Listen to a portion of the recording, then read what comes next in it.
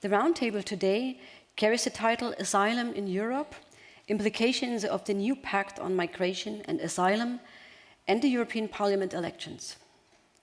This new pact on migration and asylum was first presented by the EU Commission in September 2020 as a means to overhaul the EU's common asylum policy based on the Dublin Convention from 1990. After many rounds of negotiations, the European Parliament voted in favor of the pact in 2024. With the new pact, it was hoped that central controversial issues of the old regulations could be solved, especially the lack of cooperation and responsibility sharing between the member states, of which this image speaks. For others, the new pact was a way for the EU to regain control. Ursula von der Leyen, for instance, said Europeans will decide who comes to the EU and who can stay, not people smugglers. At the same time, academics and human rights groups warned that the new pact was inhumane and created a cruel system. Today, we will discuss the implications of the new pact on migration and asylum and the European Parliament elections by looking at the political arena on the one hand and on research about migration policies on the other. Let me now introduce our panelists. Sabine Hess is professor at the Institute for Cultural Anthropology or European Ethnology at the University of Göttingen. She's also co-founder and director of the Center for Global Migration Studies, the CEMIC, at the same university. In addition, she is co-founder of the Network for Critical Migration and Border Regime Studies Research, CRITNet, which was founded in 2008. Thematically, she has focused on migration regimes, production of borders, and borders as conflict zones with research in border areas, in different border areas on the Balkan or in Poland. And furthermore, she's interested in gender and asylum policy. Tihomir Zabjev, in the middle, is researcher at Tilburg University at the Department of Criminal Law. And he's also a guest at our institute here in Göttingen. He has a very multidisciplinary and international background with degrees in political science, comparative public policy and international human rights law from Greece, Denmark and the Netherlands.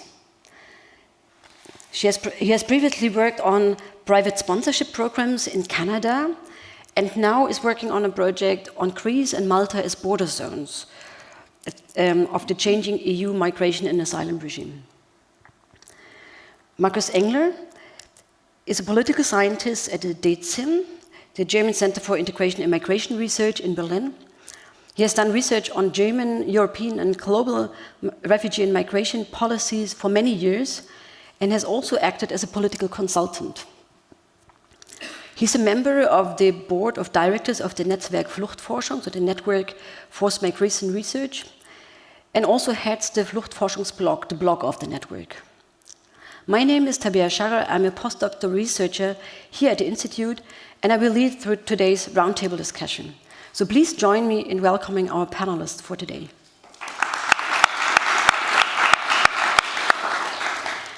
A few notes on how we proceed. We will at first have 2 rounds of questions on the podium. First, foregrounding the political arena, and in the second round, focusing more on research about migration policies. After that, we will open the discussion to the audience.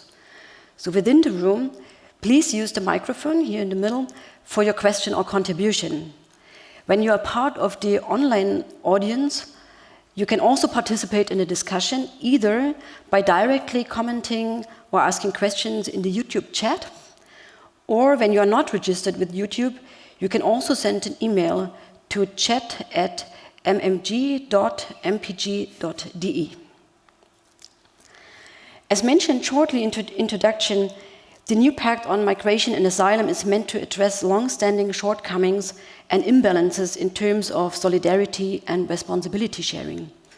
So to dive into the discussion, Markus, what are the key differences between the new Pact on Migration and Asylum and the previous EU migration and asylum policy framework? And as a related question, what are the interests and roles of different European actors concerning the pact?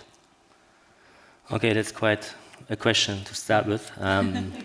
But I mean, you mentioned already the Dublin Convention, right? Which has been, I guess, first adopted in 1990, right?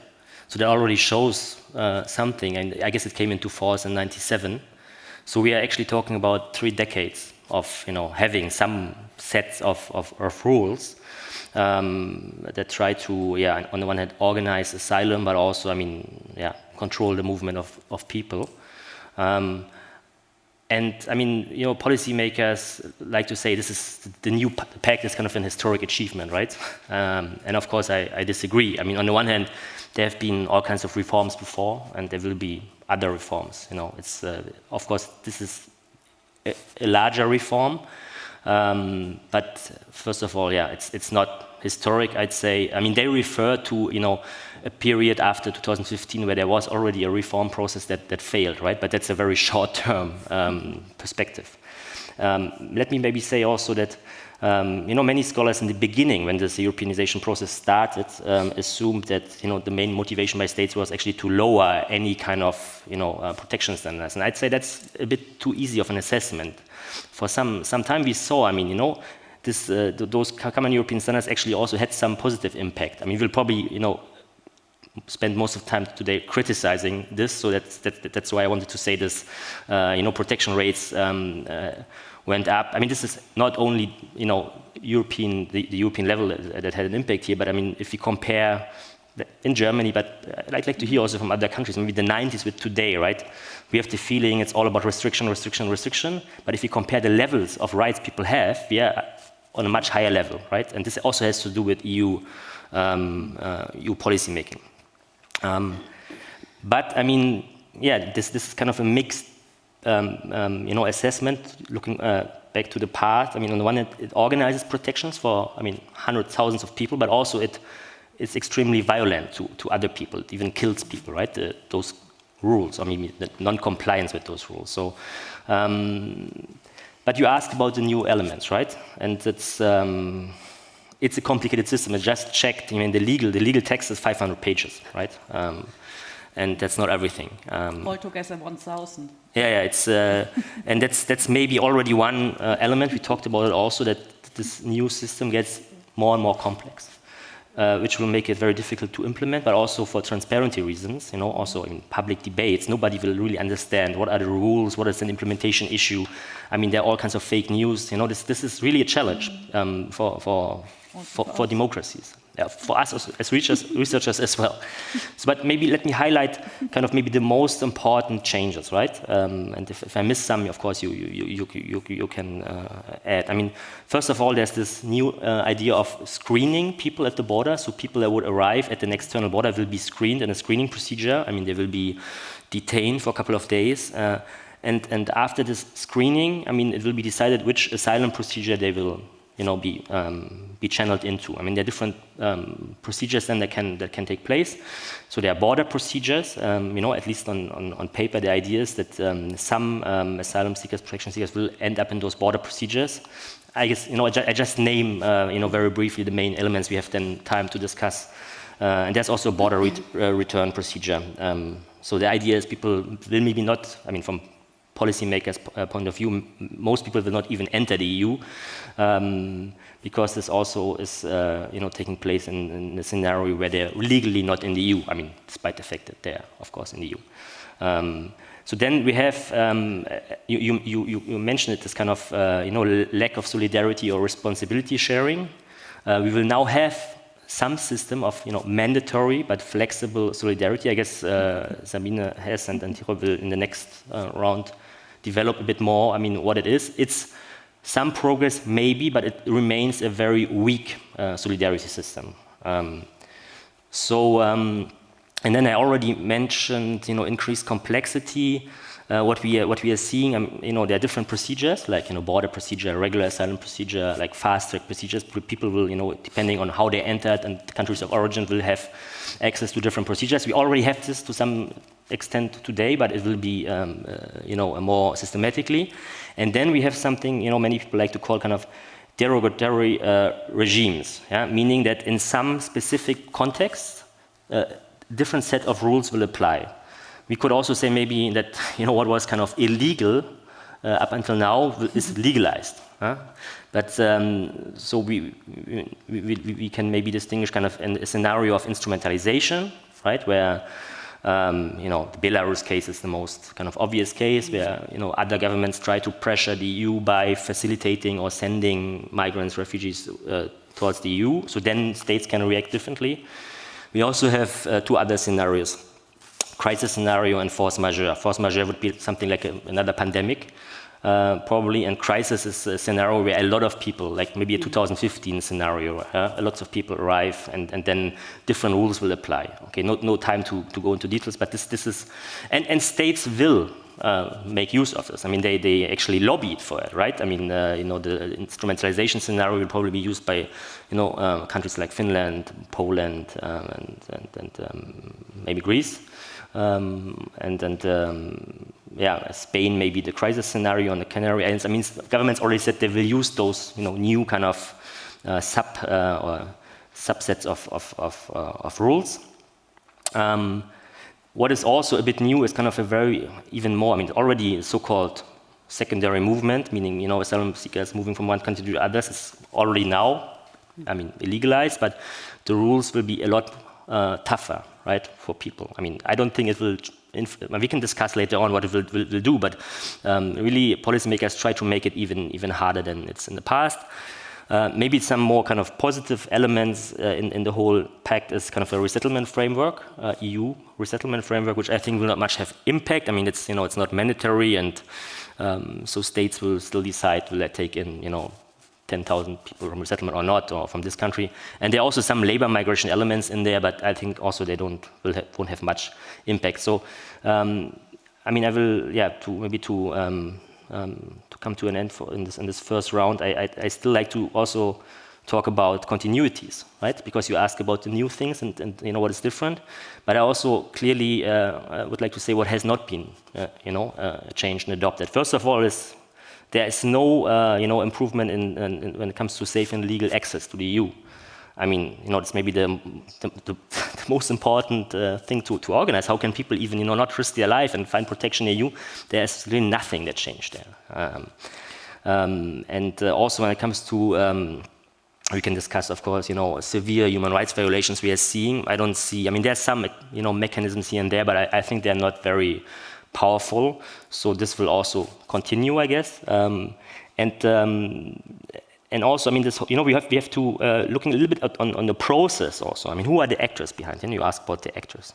So it's mainly member states, governments, European Parliament and Commission, of course, all NGOs also, but in a different role. And what was the main, from my point of view, the main motivation of the states? It was not improving refugee protection in Europe, not at all. It was, I think, on the one hand, sending a message to kind of, voters that might vote for the far right. I mean, you hear this all the time, we have to agree on something because otherwise people will vote for the far right. We can discuss, whether they achieved, something here or not.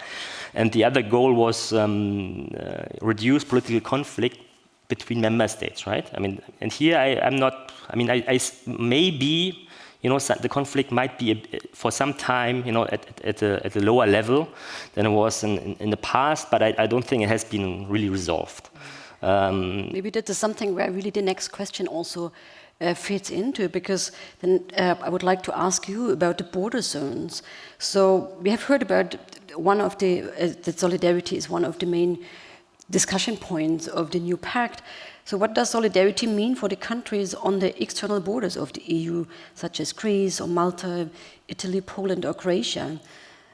So what are the interests also of these border countries? So maybe we start with Sabine and then Tihomir will follow.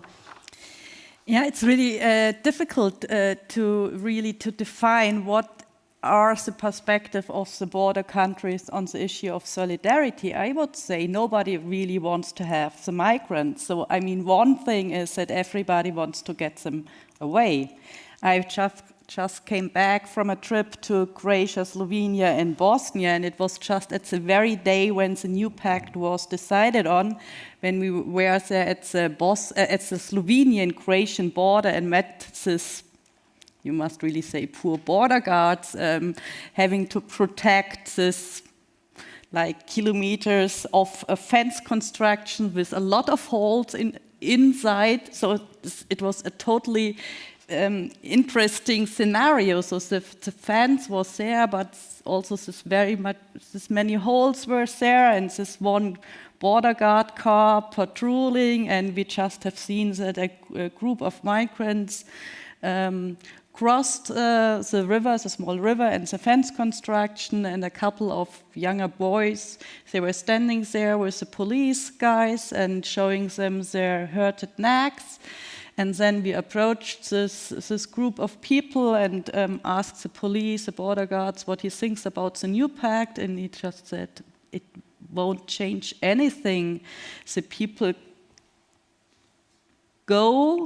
continue to go to cross, and he pointed to the holes, and you see how the border is porous, and Croatia is not doing the job, Bosnia is not doing the job, Serbia is not doing the job. So in a way he pointed, to all these countries, transit countries, which are supposed to be the buffer zones, the waiting rooms, and they all, I mean, with the help of smuggling networks and very overtly and very transparent somehow, with the help also of EU organizations and NGOs, they're trying to make the transit possible. So colleagues in the Balkans speak about a shadow corridor, and this is somehow, you still remember all these news reports on pushbacks, incredible pushback practice by Croatia, and with lots of violence, Bosnia, Serbia as well. So the level of violence is really high. The level of dehumanizing living conditions is really high, but the crossing takes place, and the border guard said, what should we do? We are just, the two guys here, and the border is long, and the others don't do the job. So on the one hand, this is certainly an answer to the solidarity everybody tries to get rid of.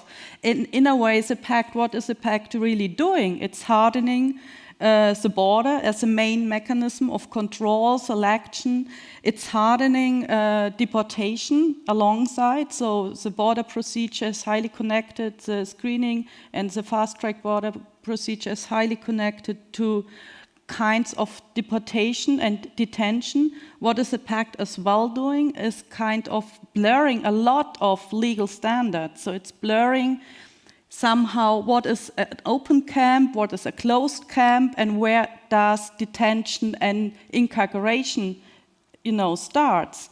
And especially in this blurred circumstance, and you certainly can talk more about the situation we already have in the islands, where camps are at the same time somehow detention facilities, where administrative detention is already being prolonged, extended, and in fact, this will be now in a lot of what NGOs are kind of prophesying, but this will be even getting worse.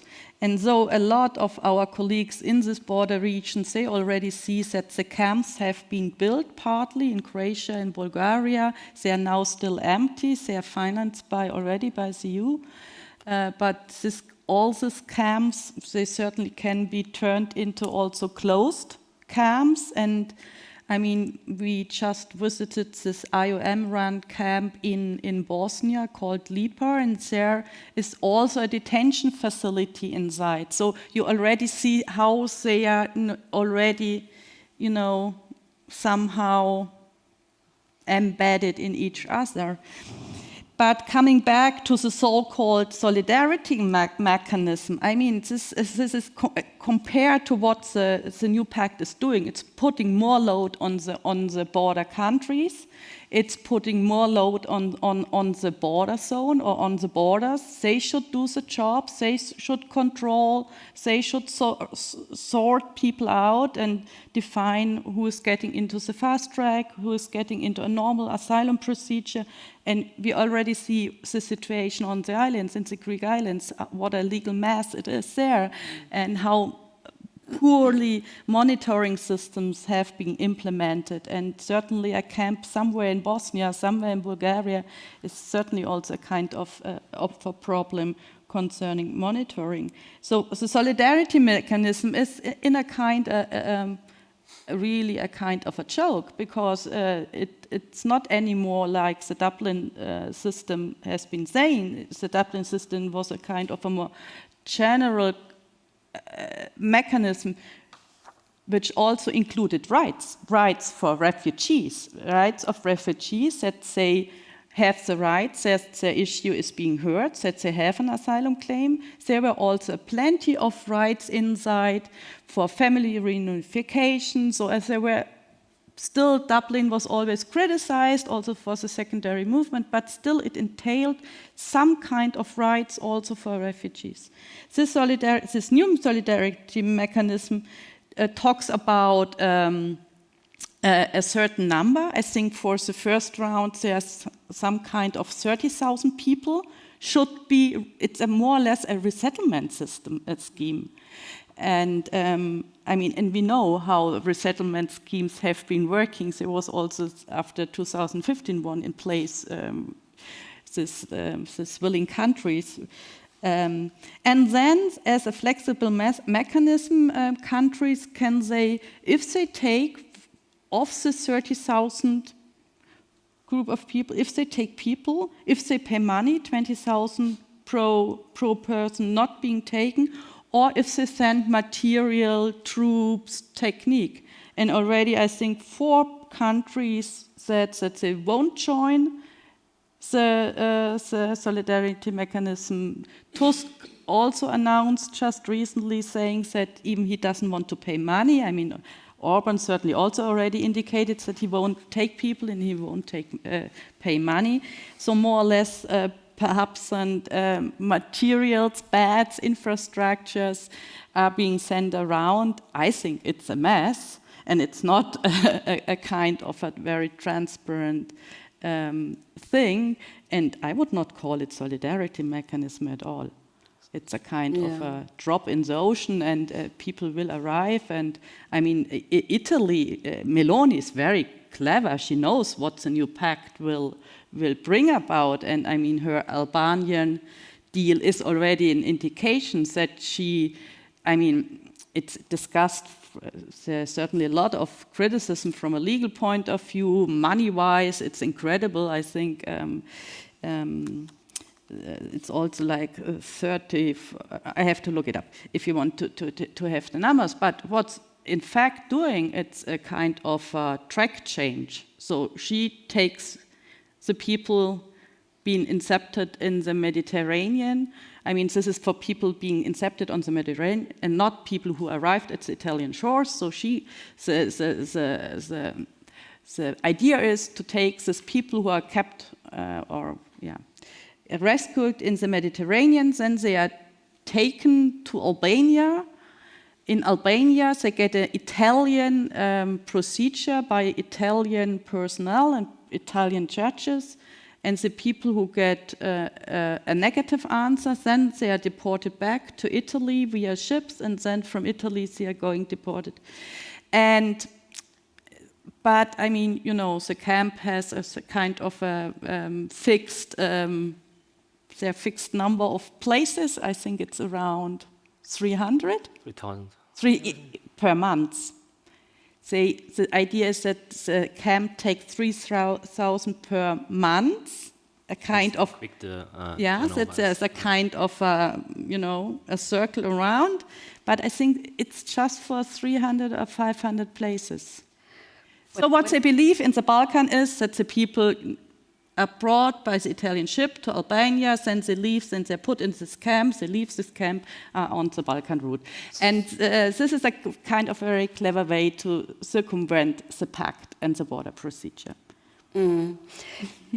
But then it's still a question. I mean, if so much more pressure is actually put on the border countries, why did they agree to it? Yeah, this is a very Tiromir, maybe instrumentalization. It's a very interesting question indeed, why they agreed on that. First, I wanted to start with, Sabine started with the assumption that no one wants the migrants. I want to give you a very short example from a Greek island, actually, where a couple of months ago, a big international NGO organized a fair, job fair, and the hotels on the island were fighting who is going to go first in order to recruit from the camp.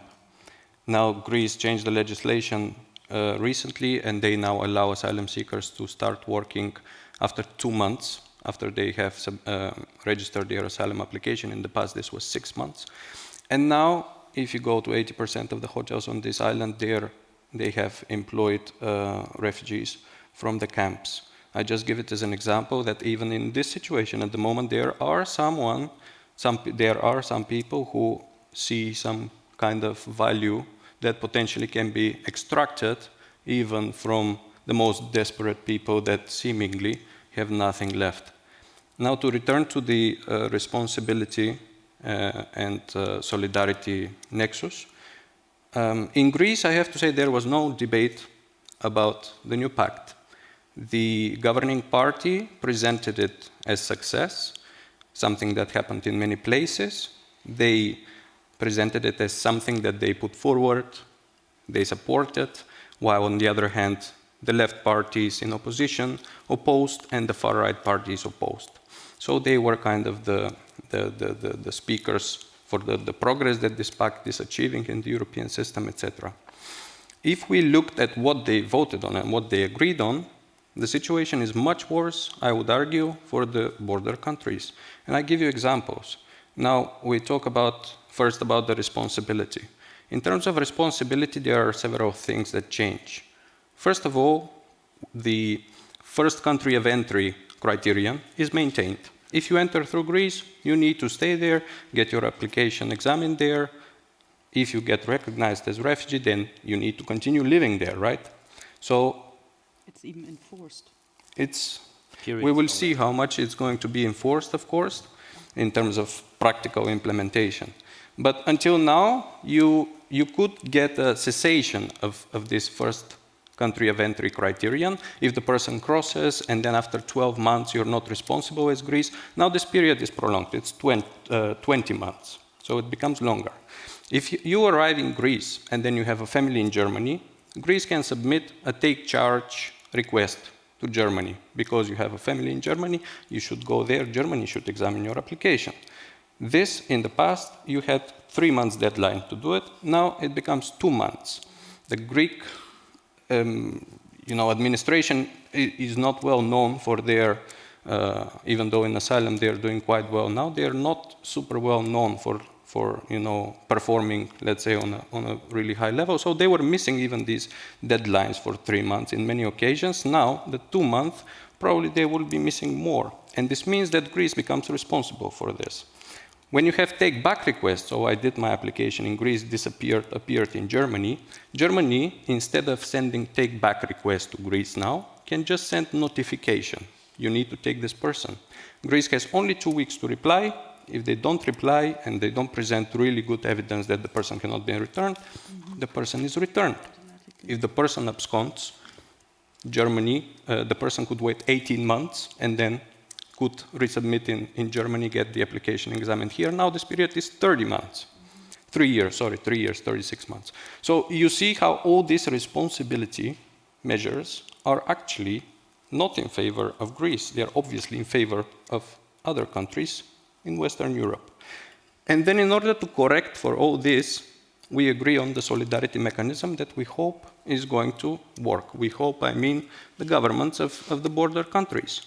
Now, in terms of solidarity, we have 2 levels. So the countries are going to say, okay, I'm going to take this number and I'm going to pay for this. Each country has a fair share calculated with a formula. And then let's say Germany says, I'm going to take 50% of what my fair share is in terms of relocations, and I'm going to pay for the other 50%. The minimum for 1 year is 30,000, as mentioned. And then if we end up in a situation where the 30,000 quota is not met, let's say there are 20,000 pledges, the other 10,000 are going to be delivered as solidarity in terms of what they call responsibility offsets. What this means is if we already have 10,000 asylum seekers who are in Germany, in Netherlands, etc., and should be returned to Greece because they were registered there, then automatically the Western countries where these people are not going to return them. And this would be counted as solidarity. This is something that is happening now. So what the Pact does basically, we take one dysfunctional system that we know very well that is completely dysfunctional, and we present it as a new legislation. So something that now became functional. This is the way it's going to be. This is how legally we are going to operate. Now the Commission even encourages the member states to use this responsibility offsets. But guess which countries are not going to be able to contribute in terms of responsibility offsets? So how many people do you think cross from Greece and then go to live in Poland or Hungary or Lithuania, Estonia, Latvia? And then think also about a situation where now courts in some countries say, no, you cannot return people to Hungary, or you cannot return people to Greece.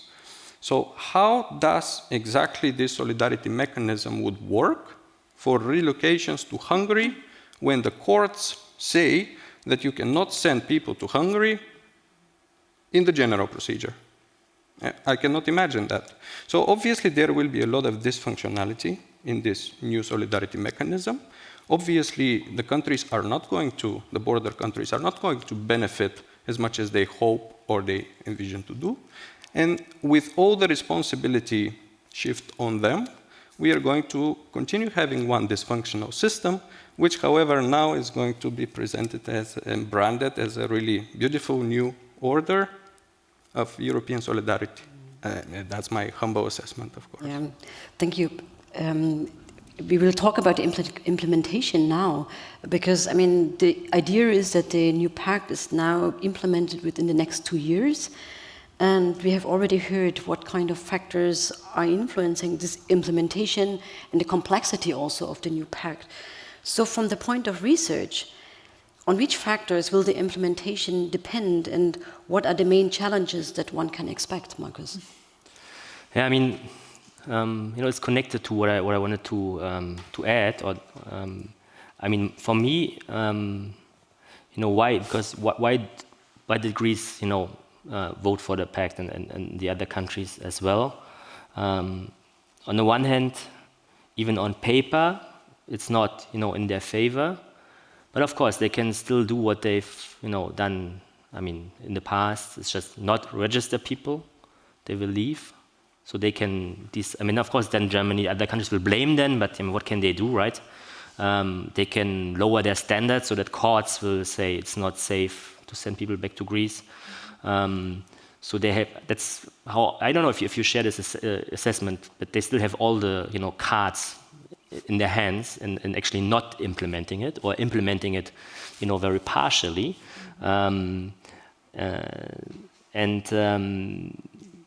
The other, I guess, common idea, I mean, we discussed amongst us whether this picture behind us is a correct display of things. In a way it is, because even if people enter the European Union, I mean, this mechanism of who takes responsibility is not so clear.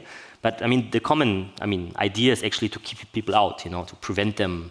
That's actually the main motivation, controlling the movement of people even more. With third country agreements, or with violence. I mean, both options are being used.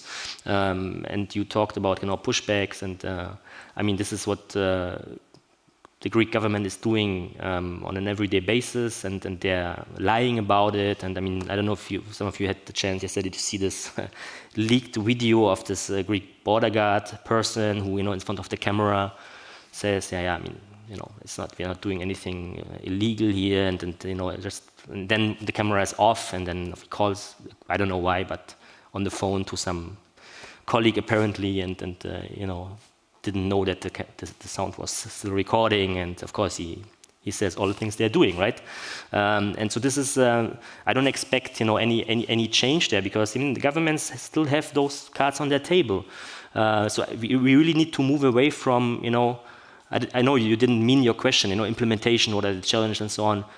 You didn't mean it like this, but I mean the European Commission and so on, they're portraying this as being something purely technical, and we are all, the common interest is to improve standards and to have, I mean, if you read those, documents and communication from the Commission is in a way ridiculous, or you get crazy, or it reminds me of, non-democratic societies where there's some kind of norm defined. Everybody knows it's not what's happening. The reality is something completely else.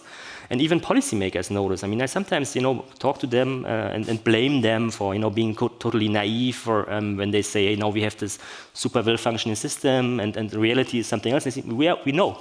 We are aware that, reality looks quite different, but we choose to send, those messages of control and having this system to our voters, to the public, who will, not ever be in a position to understand those rules. Even we don't really fully understand. Even most policymakers don't understand them. They're too complex.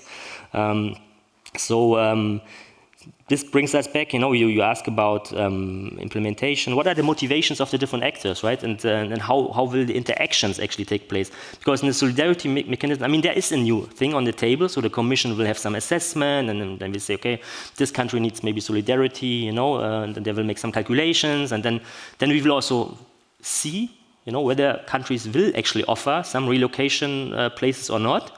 This is an open question. But even then, and that's my last maybe take on this, the whole system as it's designed now, but also the reform, completely ignores the agencies of migrant and refugees. It's not there. This kind of statement, people have a right to protection, but we decide where they get protection. So it could be Rwanda, or in a Greek hotspot. Even you can criticize this, but you can even say, even if you would normatively accept the statement, it's still miles away from what's happening. Because even with all the violence we are seeing, the mobility of people who have a lot to lose or much to gain cannot be stopped by the two border guards, just mentioned. You can have a super expensive fence there and drones and everything, but people who have nothing else to do than to save their lives or to find a way to protection, they will eventually make it to Europe. So the whole question is not, and that's why I expect the patterns of movements as we see now, which is, it's not, there's no equal distribution. This will not change much, I guess. I might be wrong, but it's my assessment. The question is, what rights will the people have? And here, as governments try to be, very tough, it might be, lots of people in limbo for many years. That's how I expect things to happen. Sabine, research has shown that borders not only have external but also internal effects. So based on your own research, what do you think could be effects of the new pact on the EU and EU societies? And maybe related to that, also when looking at the results for the European Parliament elections, are there signs that the pact pacify anti-immigrant voters as it was hoped for? Yeah, thank you. I was just part of a research group in Bielefeld, and the title of our research group was Internalizing Borders. And in fact, what we did was asking us if or why, and you already said it. So, there are millions of euros spent on the fortification of different border infrastructures, and we have seen since 2015 an enormous kind of violation of rights, border violence increasing, and still the people are coming. And Poland showcases this very well. This is a massive 5 meters tall, incredible tough fence construction. But the people are still crossing and in enormous numbers. And I mean, the increase of people in Germany says quite, it is quite a good indication how many people still are crossing via the Belarus-Polish. But this fence, even if it really didn't do this job, it should do in the official narrative of the Polish government. But what it does was massively racializing the Polish society, and it was not only the old peace government, the old nationalist authoritarian government used this kind of fence spectacle and border spectacle to massively somehow mobilize the people in a kind of a very authoritarian racial way.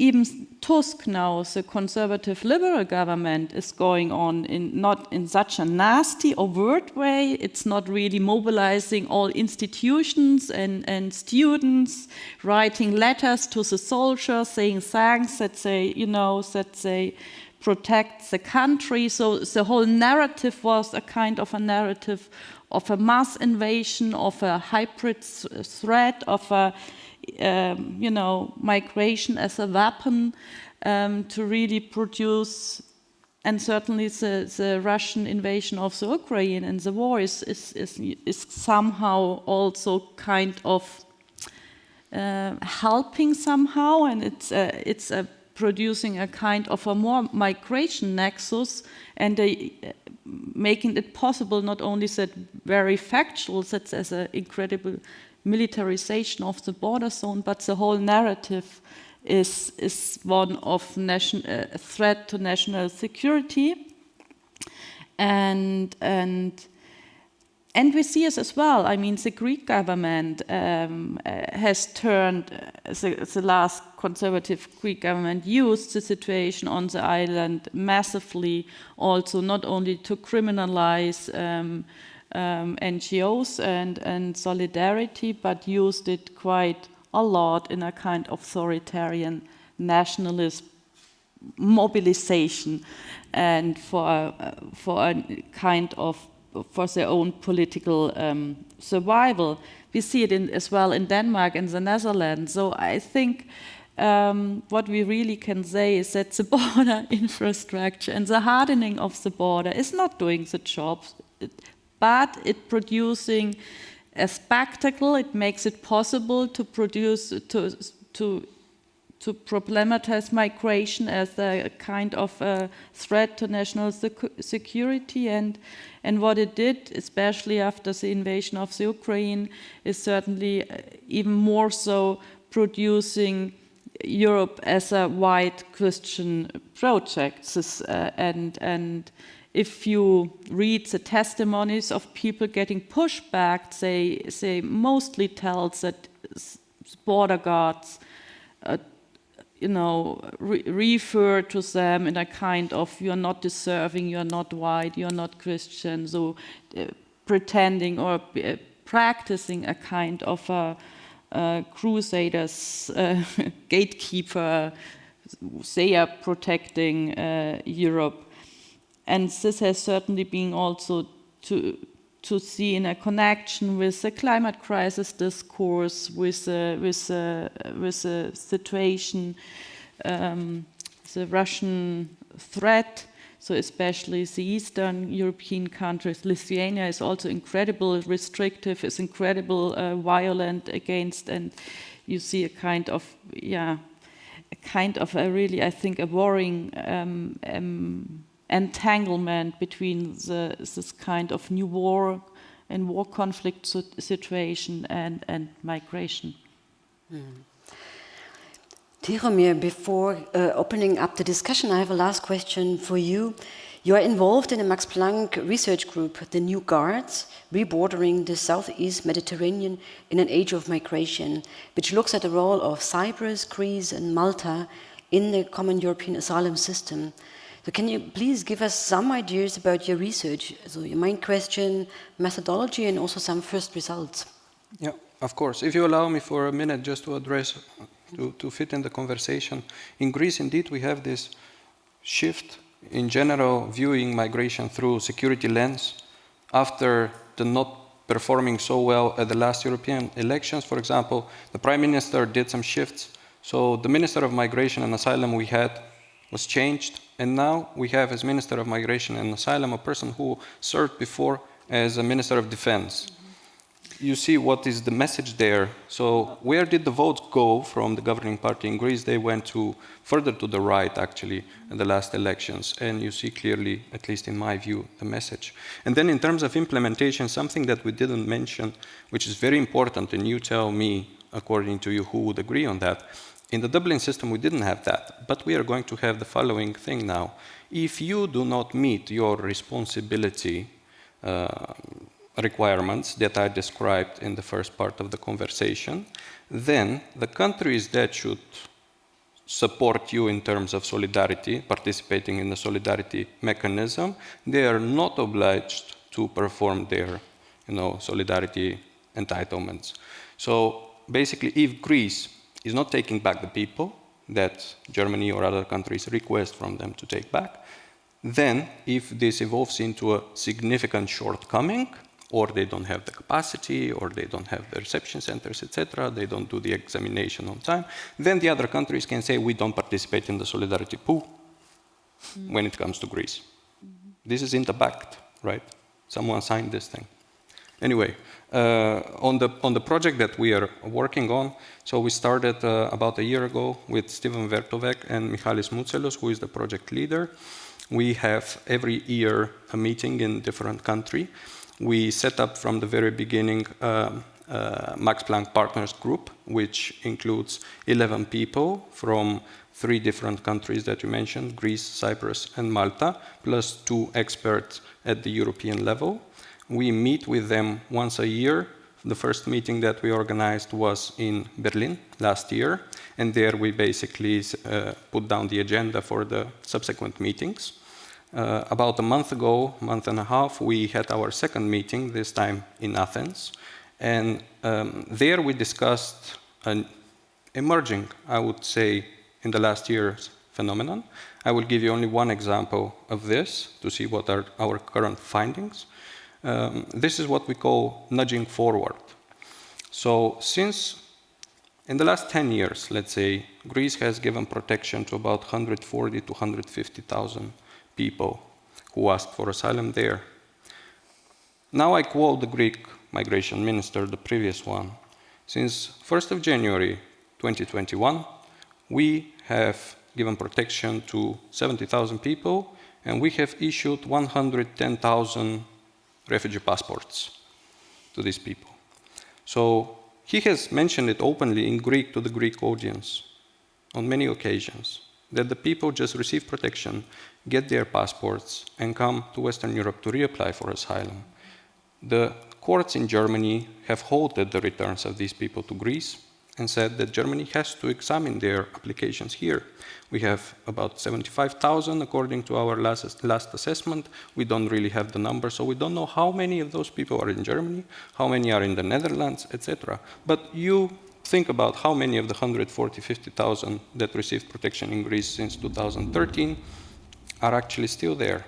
And we have a lot of complications out of it, right? Because if you received protection in Greece, and then you're allowed to reapply for asylum in Germany, and Germany will examine your application, what happens if they deny it?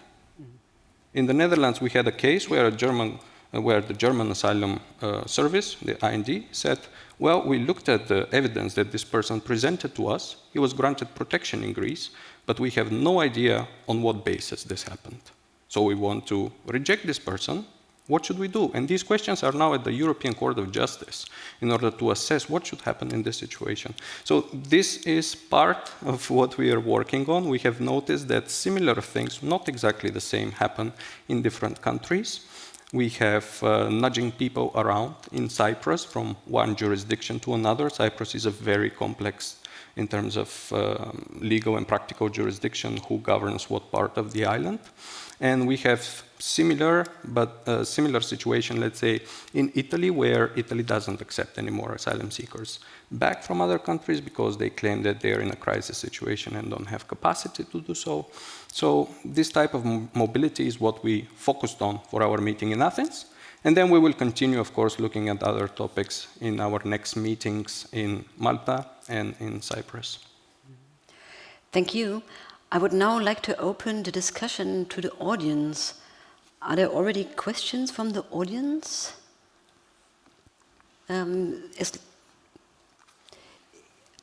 As long as you make up your mind, I have another question I would like to ask the podium.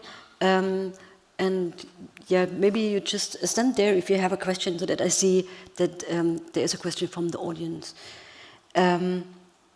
So again, from the point of research, how do you think migrants will react to the new Pact on Migration and Asylum? You hinted at that already a little bit, but maybe can go into more detail, and the others might then also add to that. Yeah, I mean, this is also a more general point, right? And I'd like to make also the connection to the current migration and asylum debate in Germany more generally, and of course this probably also applies to other countries, right? So we're having all kinds of reforms, internal border controls, payment cards, other things, that are all based on the assumption that, okay, if we, introduce a few more restrictions, make life harder for people, they will no longer come. Then often you have this comparison also, okay, maybe standards here in Germany, it's been especially welfare entitlements are higher than other countries. If we could reduce them a bit, less people would come. I mean, opposition from, conservative party even go so far that they would like to change the constitution, right? I mean, I don't know, the standards are already lower than normal standards. But all of this, stands in very evident contrast to research findings. I mean, where you can see that those policies, they have only very limited, I'm not saying they have no impact, but they have limited impact. The factors that really have the strongest impact on the movement of people. I mean, first of all, of course, we need to speak about countries of origin, right? Why are they fleeing? Why are they leaving their countries? If you, play around with the welfare benefits here, people who flee a war, I mean, it's not their concern, right? But then also, if they move on, of course, I'm aware of the whole system not being perfect, and there are all kinds of selectivity mechanisms. I mean, that's what policies do. I mean, they increase selectivity, they increase risks, they make the fleeing to Europe more expensive. I mean, and then of course it's always a very dynamic system. Also, in the adjustments making, smugglers have new strategies. People, I mean, it never stands still. But I mean, bottom line is the factors that really have the most impact is communities, family members being present in the country. I mean, so many studies show this. But then also, I mean, the overall assessment of a country as being politically stable, offering kind of really safety, but also life opportunities, Those factors, cannot be changed by policymakers. I mean, they cannot, kind of make, let's take Germany, make Germany, undemocratic, destroy the welfare system. I mean, destroy the labor market. I mean, those factors, and because they need to do something, they always play around with the same things. I mean, sometimes it's even ridiculous. If you look at maybe 10, 20, 30 years, they will always come up with similar ideas, just to do something, to demonstrate the public that they are doing something. So I expect, I mean, not so much impact on the actual numbers. Of course, we also see very radical ideas being discussed on, I mean, getting rid of asylum as an individual right, in Germany or Europe at all. I mean, this is coming from a mainstream conservative party in Germany, right? I mean, they portray this as, okay, we want to save lives, I mean, change incentives, people no longer taking dangerous routes. What we just, stop asylum as a right, and we introduce kind of, resettlement programs, but we decide. But I mean, this is, I don't think it will ever be implemented. But yeah, I mean, that's why I don't know how far they will actually go. I mean, I talked about the 90s and saying that the level of rights we are still seeing in many places in Europe and also in Germany is a lot higher. But of course, we are going to a lot, there's another very heavy restrictive turn, and I'm personally not sure how far it will go, right? Just to say it one last time, I mean, all those policies, they have very limited impact on. And it's a problem for policymakers. If you talk to them, they say, you tell me, whatever we do, it doesn't change anything. But we need to, show that we are controlling the whole thing. I understand for them. If I'm in their, position, they cannot tell the public, we just stop it. It's just free choice. People decide. I mean, this is for them. Maybe in a different world, right? I mean, then we talk about the bigger picture and narratives that might change. And I mean, the story you shared about the hotels, I didn't hear this before. First time I hear this about hotel owners on the Greek islands kind of competing for kind of the labor workforce of people in the refugee camp. This is one of the, it's not maybe the perfect solution, but this gives me a little bit of hope. And of course, there are also problems, but this is where we are heading. I mean, demographic aging, taking place at a speed and level which people haven't understood. It will be really, really heavy, and this might be the future. Yeah, thank you. I've seen there is one question from the audience, and maybe if you want to add to that question. Join your discussion. Karen Schönwelder here from the Max Planck Institute in Göttingen. I was wondering, on the one hand, I'm still puzzled why anyone wants this system, because basically you say it's in no country's interest, but somehow they participate, and many countries seem to believe, or at least they say, we need a European system. I'm always wondering whether one should actually say, well, let's do without a European system. I mean, why do we all assume that is needed? But I would like to get you to answer from a perspective also of asylum rights defenders. Yeah, Markus, you started off with saying that the level of protection has actually gone up in the past couple of years. Yeah, so how is that linked, with having a European system, weak as it is? And are there asylum rights protagonists who favor having a European system, or are they all rather for national systems, and what benefits and risks do they see? Who wants to answer? Yeah, Sabine.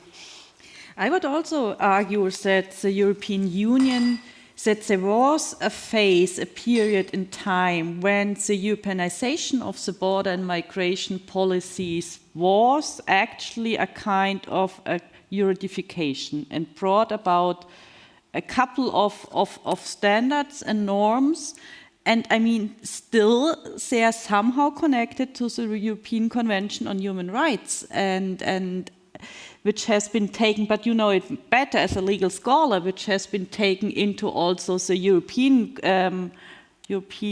Convention on European Rights? No, European Convention on Human Rights. Yeah, exactly. So the European Union globally, still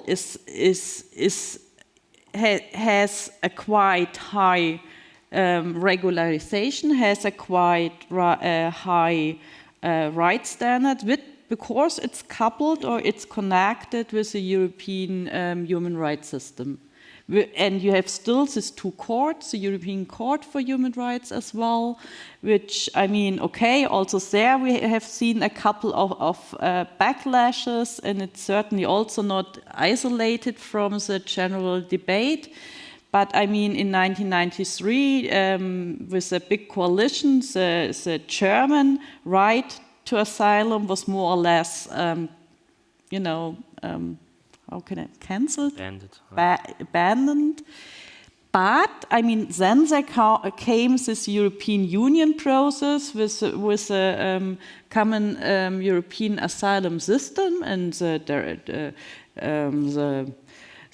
qualification with the different directives. So they brought about a right standard and procedural rights and rights concerning also reception politics and the qualification directive. So I think there was something, and you also under the Malmström Commission there was also a different vision of the border. So the border, I would say, before 2015, there was a vision of having a kind of a highly selective soft border, which already with an enormous externalization, but still the belief was that the border could be invisibilized due to biometrics somehow and could be highly selective and pick out those which shouldn't enter, but still there was a narrative that, I mean, it's still somehow in place, this humanitarian narrative. We are controlling the routes to save lives, which is certainly bullshit, but still, I mean, there was this belief we have mixed migration flows and there are people in need of protection and those should get their protection. And already at that time, people died in the Mediterranean, but it was not an avert let to die policy. It was not an avert policy of really what Gammelhoff Hansen calls non-departure, non-arrival policy. So I think really 2015 was a kind of a paradigm shift. And from that time onwards, you have seen paradigm shift. Okay, the Dublin system never really worked, and you have always seen that countries try to evade it, have a kind of a very flexible understanding. But still, since 2015, we have seen a kind of an exit from this common European asylum system and the common European standards. People and political scientists called it renationalization, de-Europeanization, exit from Europe. And I mean, a couple of days ago, a Polish colleague, a legal scholar as well, said now the new Pact is bringing on the EU level all worse things which have been practiced over the last years on the level of the nation states. And in this way, the new pact is somehow now hardening what has been practiced and also kind of soft law arrangements which has been more or less also practiced over the last years. Now it's lifted up on the European scale and get now somehow put into hard law. Still, it needs to be stipulated again to the national legal systems, but I would say you can see a kind of different dynamics, and the European Union or the Commission and certainly also the Parliament tried a couple of years and did quite well and enlarging rights. And certainly also with the... Now it's a different parliament. Yeah, different parliament. Marcus, you're different to add to that? Yeah, and maybe also... I think, you ask why do people want to have this at all, right? I mean, there are different answers. I mean, one is obviously policymakers, I mean, in the Commission, Council, also Parliament, they didn't want to fail again, like they did in the period 2015-2018, where they couldn't agree. So, I mean, to show the voter, hey, we can at least, come up with the compromise. The institutions can do their job. I mean, that was definitely part of the motivation. And then, of course, also showing our voters, right, we have a system that is maybe not perfect, but it's, the institutions are working and we are controlling things, so maybe don't vote for the far right. I mean, this is what you hear. This is like the motivation by the motivation by the people in the Parliament and Council and Commission, what you hear all the time, even going so far that they say, we know all of this is not going to work, but here democracy is at stake. Far-right, forces are attacking democracy everywhere. So we are ready to do almost everything to kind of, because they received the criticism, even, people from Social Democrats or Greens and so on voted for this, right? And it's the same argumentation, saying, hey, we need to do something in order to save democracy. They would go so far, right? They would say this. Of course, we can criticize this, and we didn't have time to talk about the maybe German case, but what I find maybe also important to say, there are other arguments why Europeanization makes sense. I mean, on the one hand, we historically we said,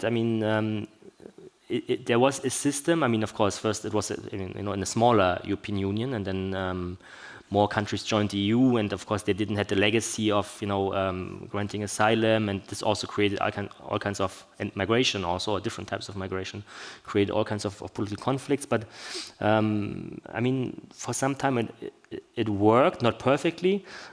You also have to see the important role of European courts. I mean, Sabine mentioned them, right? I mean, we had a lot of kind of very important rulings that said, in line with the European Convention of Human Rights, like simple pushbacks, like we had on the Berlusconi-Gaddafi agreement, just sending people back is not an option. It's something like, other countries in the world, Australia, they can do this because they don't have this European Convention of Human Rights.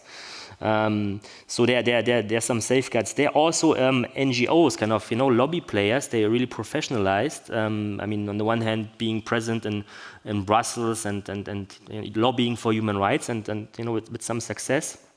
Also engaging in strategic litigation, what they do a lot. Find severe human rights violations, documenting them, trying to hold states accountable.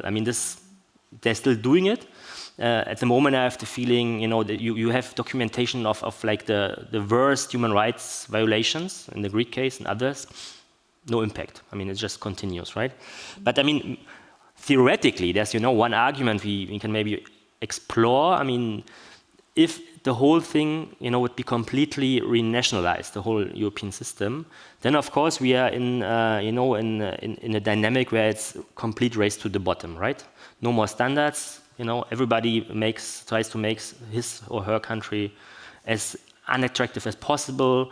No access to, asylum, to protection, to rights, just violence, keep people away. So the idea is, if there is some kind of cooperation, a higher level of rights could be, in theory, achieved. And there could be a common good, like asylum offered, but the idea is, I think it's still valid, but in practice is working, not very good. And again, we come to this point where you ask, why do states do it? I already said they don't trust each other, right? States, they sign an agreement, but they have no trust. Also, it's the same with third countries where they do agreements, and there's no trust. So, even if they sign things, doesn't mean that they really, believe in this. They think, maybe we do this for other reasons, but we still have as I said, all the cards in my hand. I can still use violence. I can still not implement. I can be very selective. So this EU thing is maybe more a political game. Of course, there are also resources. There can be quite a lot of money being redistributed. So it's a complicated game. Policymakers will continue playing, I guess. So we have 3 questions from the audience. So Steve, you go first. Steve Verdovec, also from the Max Planck Institute here. First, thanks for a really informative conversation. It's been mentioned how Italy is rolling out this new plan or setup for processing people outside of Italy. And, it's been pointed out how it seems functionally kind of inefficient, but I think for domestic politics, it's probably very effective. Mm-hmm. What does the panel think is the future of third country processing? Are we going to see a lot more of these rolling out despite dysfunctionalities, but for the purposes of these? What are their implications and impacts going to be, do you think? Jeremy, do you want to start? Sorry? Do you want to start? I think Marcus is quite competent in answering this question, actually. If you say so. Yeah. I mean, in the German case, there was an interesting political process, right?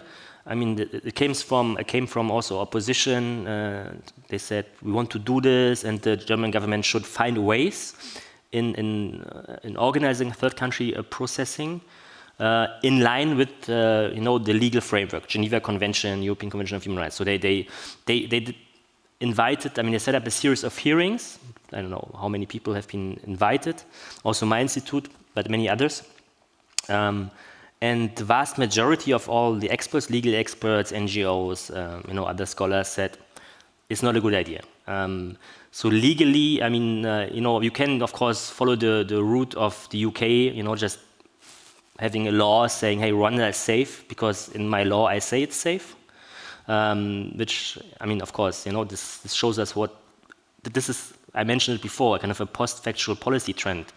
I mean, just ignore the facts or just try to, circumvent the law by doing incredible things. I mean, alone the thing that people are on European territory, when you say they're in the, the fiction of non-arrival, I mean, it's so crazy in itself. I mean, Australia started this many years ago, also starting with a part of its border saying this is no longer Australia.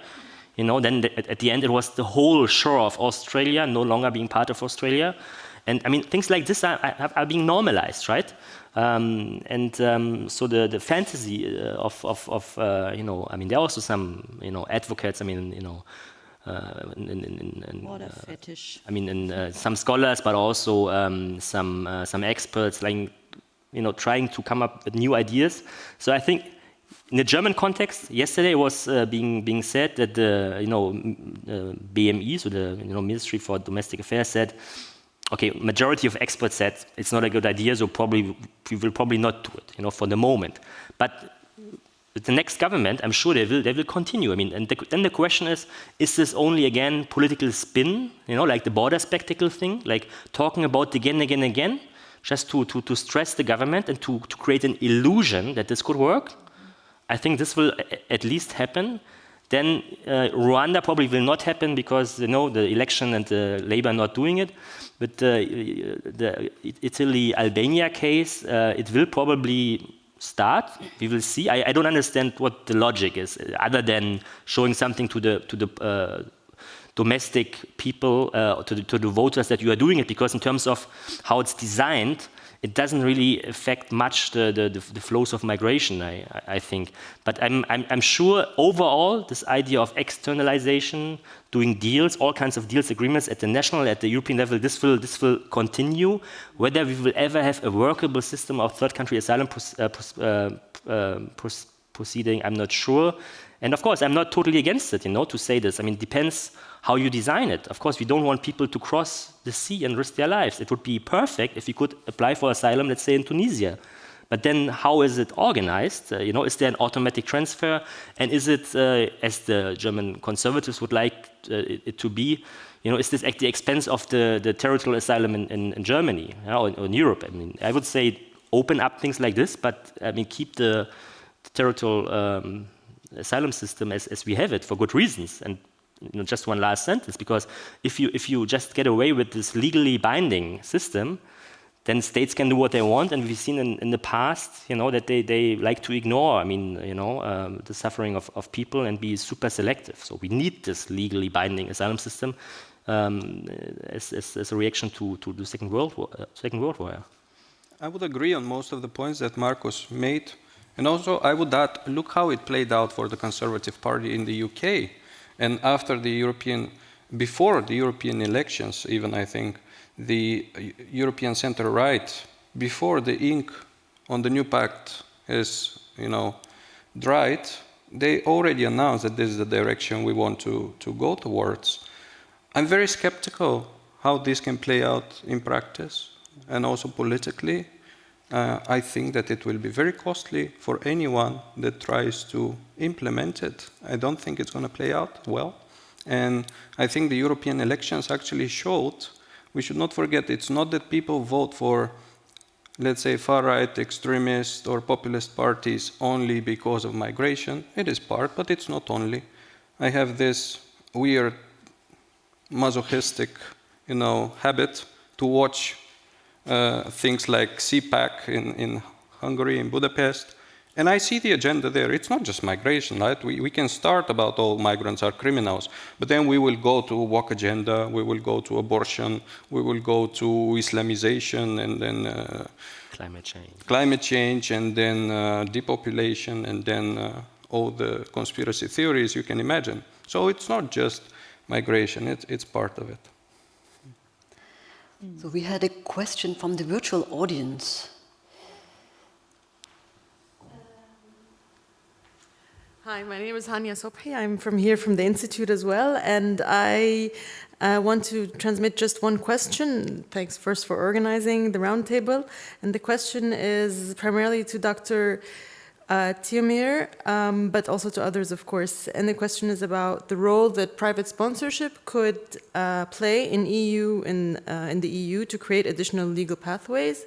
Whether you think EU states might be willing to extend the mechanism for civil society to host newcomers. So that's from the audience. I have been working for a few years on private sponsorship. I know the model very, very well, I would say, how it operates in Canada.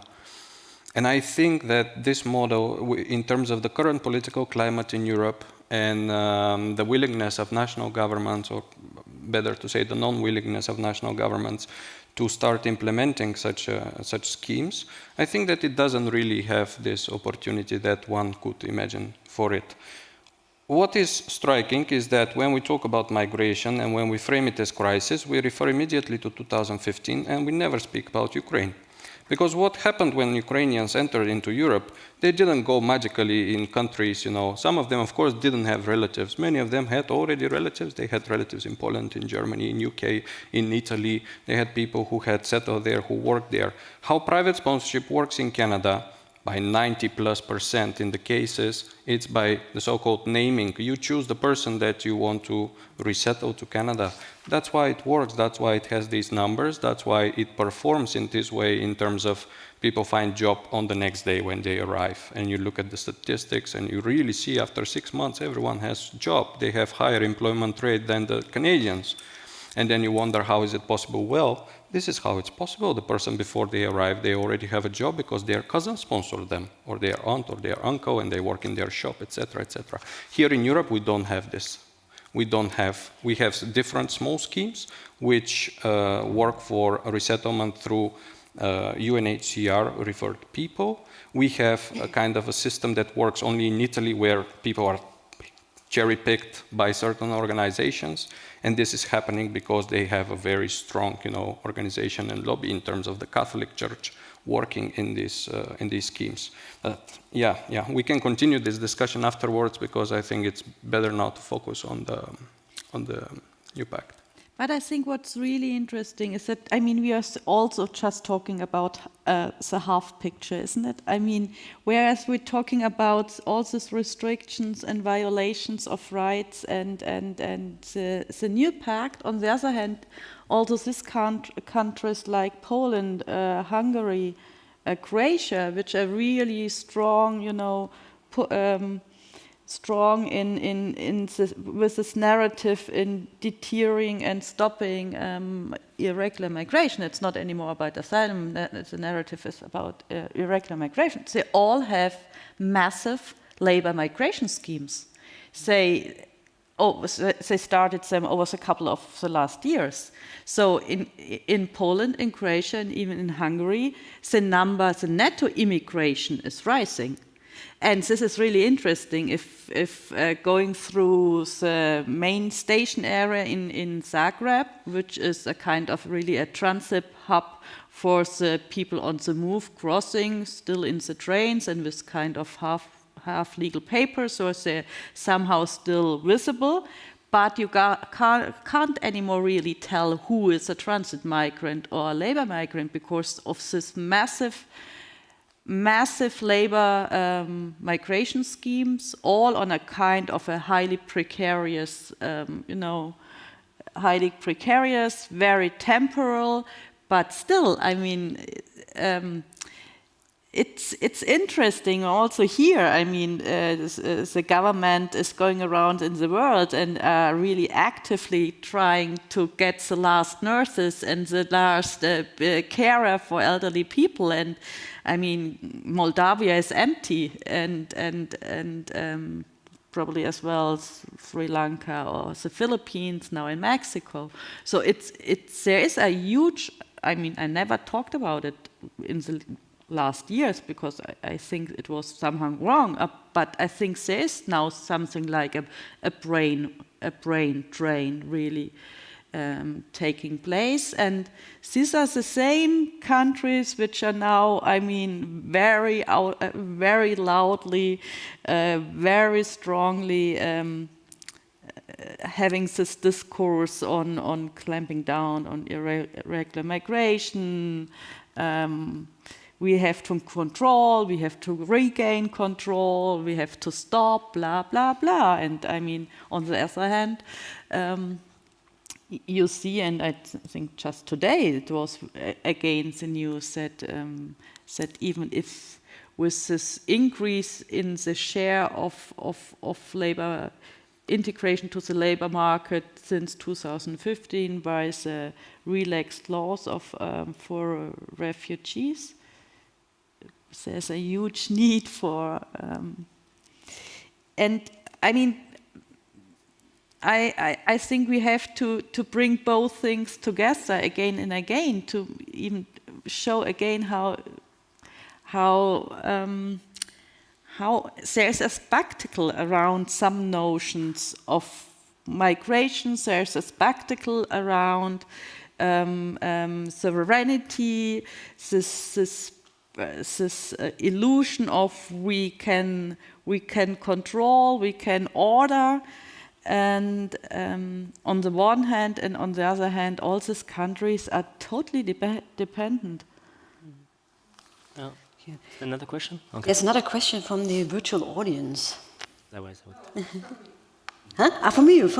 Dan, not virtual, but... Yeah, so again, so this time the question's from me, and I maybe follow up on the question of brain drain, and this is something that obviously in the southern Mediterranean and in most countries, I was in Lebanon in 15, before the crisis, and the people who were passing from Syria through Beirut to Germany in sort of official routes were the doctors, the engineers, the highly qualified. And this brain drain goes on before and after the crisis. And so the question, to put it with less value orientation, how is the responsibility towards the global south articulated, if at all, in these debates? So, is it all, these are just wars happening, we can't stop them? Or is there any idea about certain economic education policies that are destroying the livelihoods in these countries? Or how is the responsibility towards the other sort of discussed, if at all? I could maybe start. I mean, of course, it depends which countries we are talking about, right? And of course, you said some countries are, and I agree, they're almost completely empty. And I mean, the German government tried to, have some agreements with some countries. The idea was also to control migration, to have more returns of rejected asylum seekers, and in exchange, offering more labor migration possibilities. And some of the governments said, we're not interested because we don't have more people to lose, right? This was kind of a shock for the German government, because they were assuming we are so attractive and then people would like to come, and and what they then said in this particular case with Georgia and also I guess Moldau, they said, okay, maybe many of your workers are in other Eastern European countries working under very precarious conditions. Maybe we can find a way to bring them to Germany, so where they have better, better wages and labor standards. But this really shows that the competition for, not only highly skilled, but different levels of labor is really increasing almost on a weekly basis. On the other hand, we have countries like India, where we recently talked to kind of policy advisor from India. They have a number of something like 600 million people under the age of 35. 600 million, and that's more than the entire population of the European Union. and they have many people being unemployed, even, you know, different levels of qualification. So actually for them, in India is actually signing migration agreements with, I mean, almost every other week they're signing a new one, right? Because there's Germany, there's France, there's Italy, everybody wants to sign a migration agreement with India, you know, to attract Indians to their respective countries. And there are other countries, you know, with young populations, then you can still wonder, okay, is there still brain drain going on because the most, you know, people with most resources or, you know, better skills are leaving because they can. We know there's always this bias, and it's a concern. Of course, then there are all kinds of debates that they're always sending back remittances and so on. So, even maybe investing, and so the balance is more complicated than that. But it's still true, I guess. It's a real issue, and governments, in a way, try to address it. I mean, in what they are saying, but also in some policies. I know, you know, in some German ministries, they have a list of countries where they have criteria, for instance, nurses or others, you know, the health sector is very sensitive, not to have agreements, not to recruit nurses or care workers in some of the countries. I still didn't manage to see the list, how, you know, sophisticated it is, but I mean, at least this comes more from development kind of, you know, part of the German policy area, and I'm sure other countries have this as well. But then you have the private sector, and they're just doing it. You know, you can maybe come up with standards and try to set up rules, you know, which they should follow or not. But most of the recruiting is not organized by states. It's networks, like the cousins, you know, finding ways, or companies. They're just doing it every night and day, just finding the people they need. It could also be different types of, you know, intra-company transfers. They will always find ways.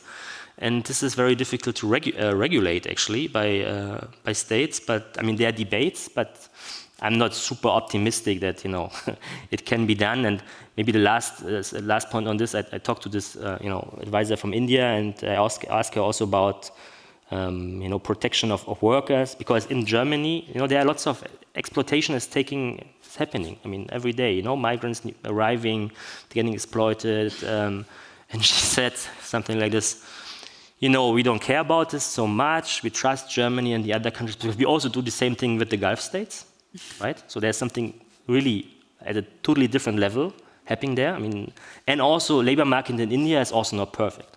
There's lots of exploitation. So compared to kind of their standards from a government point of view, you know, standards in Germany, even if there would be exploitation, would not be dramatic. But that's probably more than a concern for kind of German NGOs, policymakers, lawyers, and so on. Yeah, thank you. Unfortunately, our time is up. So thank you very much for your discussion, for the questions from the audience.